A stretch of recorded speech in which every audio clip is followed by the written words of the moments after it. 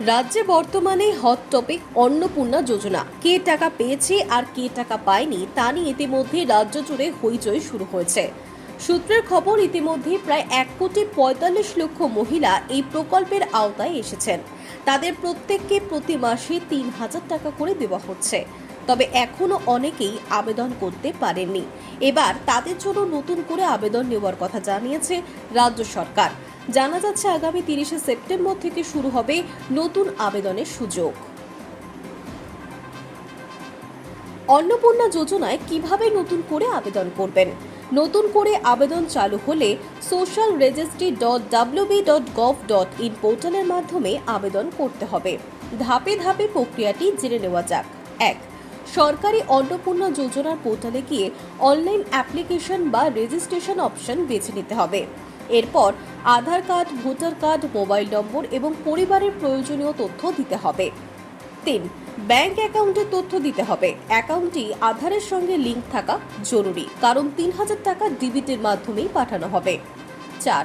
সমস্ত তথ্য ভালোভাবে দেখে সাবমিট করতে হবে। এরপর পাওয়া অ্যাপ্লিকেশন আইডি বা টেম্পোরারি অ্যাপ্লিকেশন আইডি রেখে দিতে হবে। কি লাগবে? আবেদনের জন্য ভোটার কার্ড বা এপিক, আধার কার্ড এবং একটি সক্রিয় মোবাইল নম্বর দরকার। পাশাপাশি পরিবারের সদস্যদের নাম, জন্ম তারিখ, ঠিকানা, সম্পর্ক, প্রাপ্তবয়স্ক সদস্যদের ব্যাংক অ্যাকাউন্ট, আধার, মোবাইল নম্বর, ভোটার কার্ড, বিধানসভা কেন্দ্র এবং পার্ট নাম্বারের মতো তথ্য দিতে হবে। 12 নম্বর পাতার ফর্মে এই তথ্যগুলি চাওয়া হয়। তবে এখনই নতুন ফর্ম জমা দেওয়া যাচ্ছে না, কারণ এখনো নতুন আবেদন শুরু হয়নি। কতজন অন্নপূর্ণা যোজনা টাকা পেয়েছে? সরকারি তথ্য অনুযায়ী জুনে 28 লক্ষ মহিলাকে টাকা দেওয়া শুরু হয়েছে। জুলাইয়ে সেই সংখ্যা বেড়ে 1,28,00,000 হয়েছে। চলতি মাসে প্রায় 1,45,00,000 মহিলা প্রকল্পের আওতায় এসেছেন।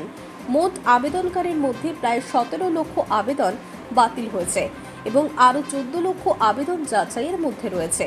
তবে বাতিল হওয়া আবেদনকারীদের মধ্যে যোগ্যদের সুযোগ দিতে ক্লেইম অ্যান্ড অবজেকশন পোর্টাল চালু করা হয়েছে। যোগ্য কেউ বাদ পড়েছেন কিনা তা দেখতে মহিলা মোর্চার কর্মীদের বাড়ি বাড়ি গিয়ে তথ্য যাচাইয়ের নির্দেশও দেওয়া হয়েছে। উল্লেখ্য, 11 জুলাই থেকে 31 জুলাইয়ের মধ্যে জমা পড়া আবেদনগুলির যাচাই 30শে সেপ্টেম্বর পর্যন্ত চলবে।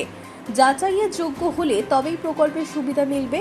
লক্ষ্মীর ভাণ্ডার থেকে বঞ্চিত মহিলারাও অন্নপূর্ণা যোজনায় 3,000 টাকা পাবেন বলে জানিয়েছেন মুখ্যমন্ত্রী। Hi news network.